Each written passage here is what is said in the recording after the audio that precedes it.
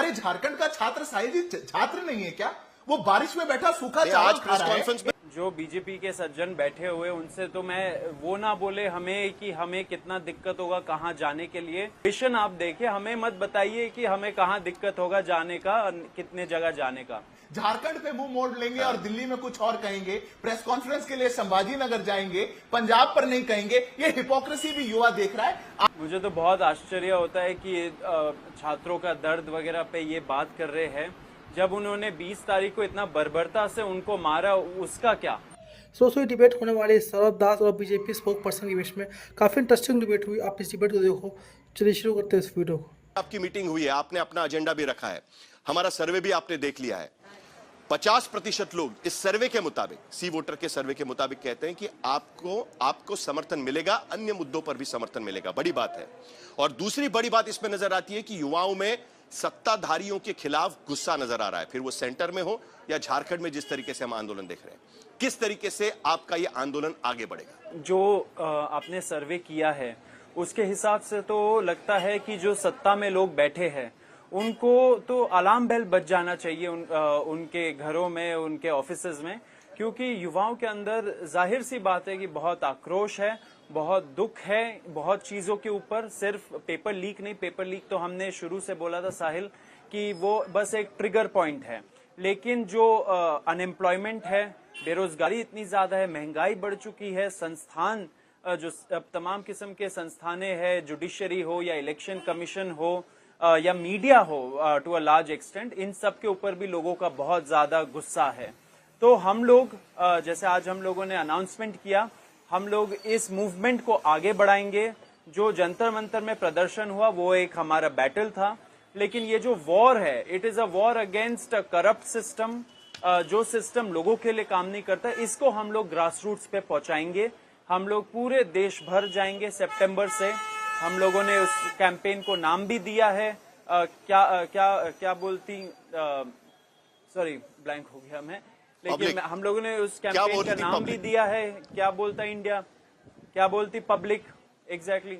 And साथ साथ हम लोगों ने और मैंने आपकी प्रेस कॉन्फ्रेंस सुनी है सौरभ, कि अनएम्प्लॉयमेंट जैसा, एग्जैक्टली अनएम्प्लॉयमेंट जैसा जो मेन मुद्दा है उस पे भी हम लोग चर्चा करेंगे, लोगों से फीडबैक लेंगे, क्योंकि बहुत सारे लोगों के पास बहुत सारे पॉइंट्स हैं।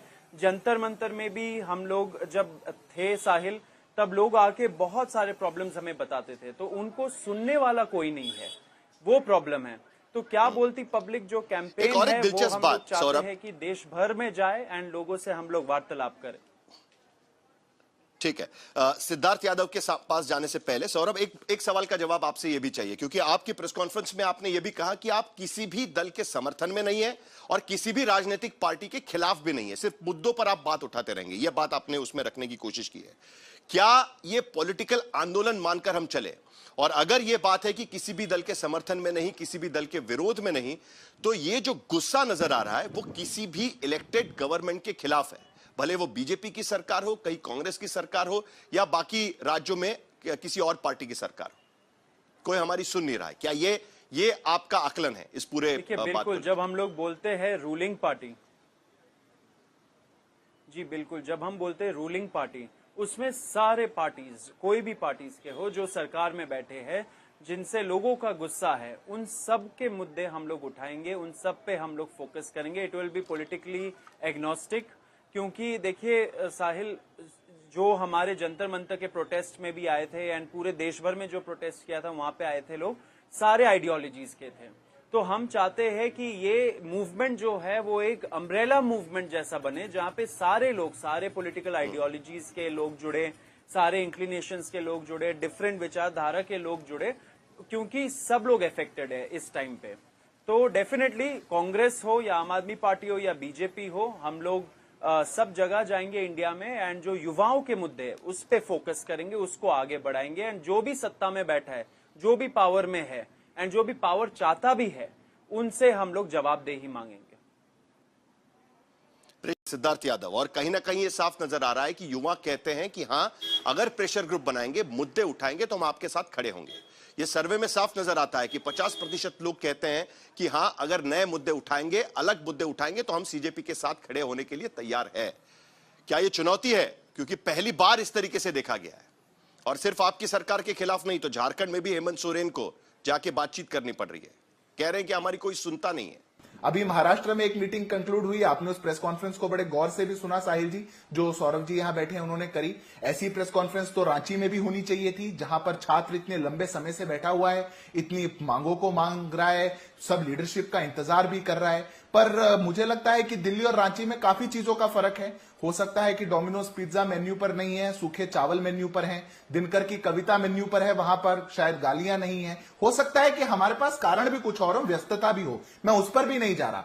मेरा कहना यह है, छात्र देश का किसी भी हिस्से का हो, वो छात्र है। अगर छात्र और युवाओं की बात हो रही है और मन में ईमानदारी के साथ उस बात को रखा जा रहा है, तो वो ईमानदारी हमारे काम में झलकनी चाहिए। अगर वो झलकेगी नहीं तो छात्र छला हुआ महसूस करेगा।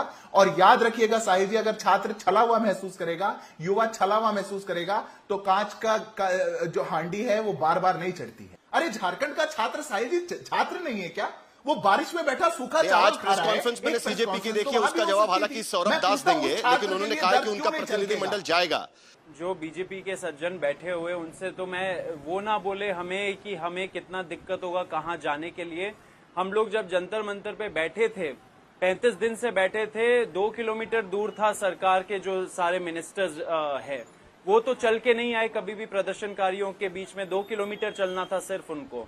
तो हम लोग तो बोल रहे, हम लोग 2 महीने ओल्ड मूवमेंट है, 2 महीने पहले हमारा गठन हुआ है। हम लोग चाहते हैं हम देश भर जाए। तो हमारा एम्बिशन आप देखिए, हमें मत बताइए कि हमें कहाँ दिक्कत होगा जाने का, कितने जगह जाने का। दूसरी बात, आप सैंपल साइज पे बात कर रहे थे। आप क्या चाहते हैं कि पूरा देश रोड पे उतर आए क्या? मतलब कि हमारे जंतर मंतर में लाखों की संख्या में लोग आए थे, तब भी आप लोग बोल रहे थे कि कुछ लोग हैं, कुछ लोग नाराज है वगैरह वगैरह, लेकिन तब भी सरकार को मानना पड़ा। तो आप नंबर के चीजों पे मत जाइए। 1500 लोग अगर कुछ बोल रहे हैं किसी सर्वे में, तो सरकार का यही रवैया सही नहीं है। इसी वजह से आज भी ये जो सर्वे है उसमें पता चल रहा है कि लोग 50% लोग सपोर्ट करेंगे अगर हम कोई मुद्दा उठाए। और तो ये सरकार को समझना चाहिए कि इनके रवैया से लोग खुश नहीं है। ऐसा अहंकार नहीं होना चाहिए। अगर युवा कुछ बोल रहा है, अगर युवा कुछ डिमांड्स रख रहा है, तो उसको सुनना चाहिए। ये नहीं कि पुलिस भेज के उनका सर फोड़े, उनको अंधा बना दे, पैलेट गन चलाए। तो डेफिनेटली मुझे लगता है झारखंड में भी जो बच्चे हैं, हम लोगों ने ऑलरेडी वीडियो कॉल के माध्यम से अभिजीत ने और आशुतोष ने उनसे बात भी की। हम लोगों ने भी बोला कि हम लोग भी जाएंगे झारखंड। तो डेफिनेटली हमारे ऊपर बहुत एक्सपेक्टेशंस है। हमें अच्छा लगा कि बीजेपी वाले जो बैठे हुए हैं वो बोल रहे हैं कि आपको जाना चाहिए झारखंड। एक्सपेक्टेशंस पूरे देश का है सीजेपी के तरफ, तो हम लोग उसको निभाएंगे। झारखंड पे मुंह मोड़ लेंगे और दिल्ली में कुछ और कहेंगे, प्रेस कॉन्फ्रेंस के लिए संभाजी नगर जाएंगे, पंजाब पर नहीं कहेंगे। ये हिपोक्रेसी भी युवा देख रहा है। आप सर्वे से खुश हैं, मैं तो विनम्रता से कहता हूं बिल्कुल खुश रहना चाहिए, पर आगे आने वाले समय में कांच की हांडी बार बार नहीं बढ़ती है, इतना ही मेरी सलाह है। पर आपने मेरे से पूछा आपको हिपोक्रेसी क्यों लग रही है।